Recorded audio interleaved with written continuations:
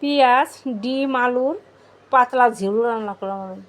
এই পেঁয়াজ, ডিম, আলুর পাতলা ঝোলটা রান্না করার জন্য আমি কিন্তু ডিমগুলো প্রথমে সিদ্ধ করে কাইটা ভাইজা তুলে নিছি। ওই তেলে ফোড়ন দিয়ে দিয়েছি জিরা ফোড়ন দিয়ে আলুগুলো দিয়ে দিছি। আলুগুলো একটু ভাইজে তারপর পেঁয়াজ কুচি দিয়ে দিছি। পেঁয়াজ কুচির সাথে আলুটাও ভালো করে কষে নিয়েছি। কষে মশলা দিয়ে দিয়েছি বাটা জিরা, ধনিয়ার গুঁড়া, পরিমাণ মতো হলুদ, লবণ, কাঁচা লঙ্কা, এই সব কিছু দিয়ে আমি কিন্তু আলুটা ভালো করে কষিয়ে তারপরে জল দিয়ে দিয়েছি। পরিমাণ মতো জল দিয়ে যখন আলুটা আমার সিদ্ধ হয়ে গেছে তখন এই যে ভাজা ডিমগুলো দিয়ে দিলাম।